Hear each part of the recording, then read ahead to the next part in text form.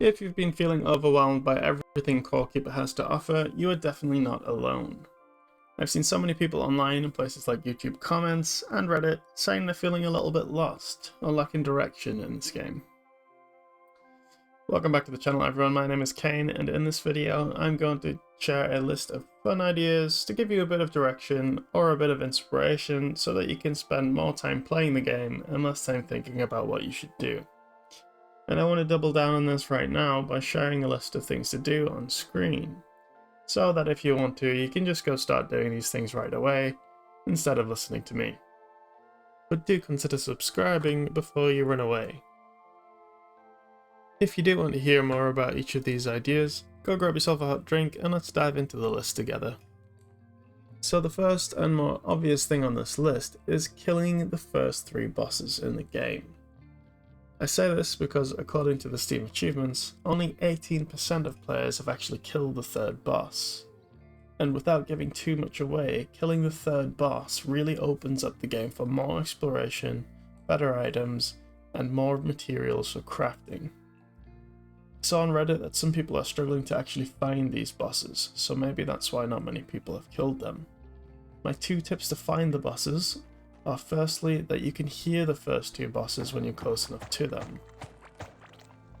The first one is usually quite close to your core, and the second boss you will absolutely not miss if you are close to it. Secondly, once you've killed the first boss, it will unlock 2 items that will allow you to scan for the location of the 2 other bosses, and these will be revealed on your map. I personally killed these 2 first bosses with just 2 items. If you want a guide on how to do this, let me know in the comments and I'll make a video on it. Once you've killed those bosses and opened up the game, you'll also have access to a lot more food options. So if you haven't already, building out a nice, pretty, functioning farm for both crops and animal produce is a pretty good idea. If you want a food guide for the early game, check out my other video, which I'll link. But if you've advanced through the game quite a bit, I would recommend starting to make some bigger farming land. As you can see in the clips, I make my farming plots 5 by 5. This is because the Scarlet Hoe and the Sprinkler, which you'll get later on, work in a 5 by 5 square. I would also make a wood farm pretty early on, because you're likely going to need a lot, and even more if you want to build a rail system, which I'll talk about later. For the animals, I like to mine out a bunch of the meadows blocks, so that I can set up a nice animal pen or enclosure near my core. I usually lead the animals back to the base with the type of food that they like to eat. You will unlock an animal carrier later on, which will make this process a lot easier. I would recommend leaving some space to expand your animal farm, as there are more animals than you might think in this game. I'd like to extend this idea by suggesting why not just build a full-on zoo? There's a ton of animals and a ton of different decorative blocks in this game, so you could build something like Epcot but for animals. For example, you could make an aquatic area for your water-based animals, standard meadows for the standard cattle in the game, and you could make a nice grassy foresty area for some of the ducks you find in the game. And there's many more animals beyond that too. There's a lot of room for creativity with this one, and if anyone actually does this, please do let me know in the comments. I'd love to see some photos of it. Once your farm is set up, I would personally set up an automated ore smelting factory as soon as possible. This way you can spend more time exploring whilst the bars make themselves. It's honestly like printing money. And like all those online finance gurus tell you, passive income is the key to success.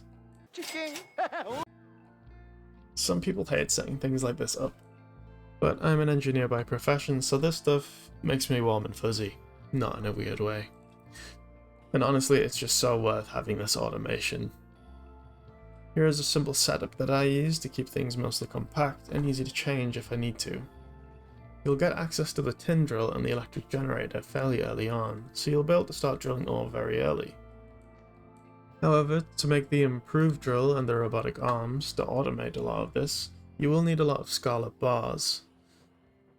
I personally like to use these drills to pick up waypoints, and then I'll set up a smelting factory at the waypoint.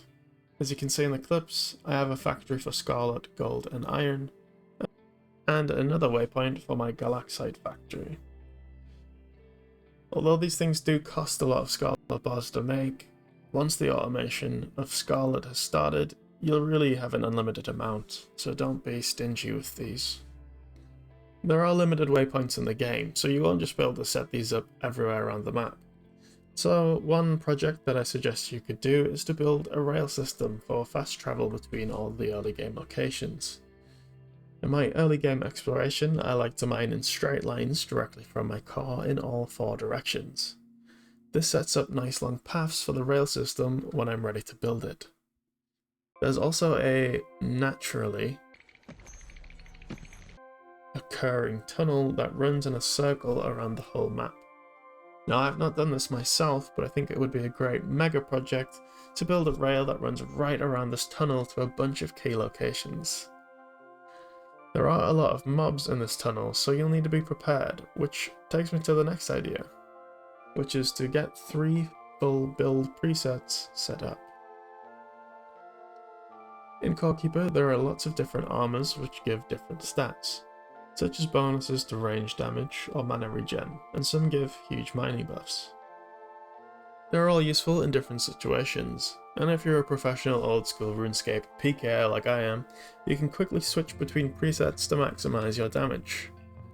Although range items do share cooldowns, you can quickly switch from a ranged weapon to a melee weapon to get quite a lot of damage off.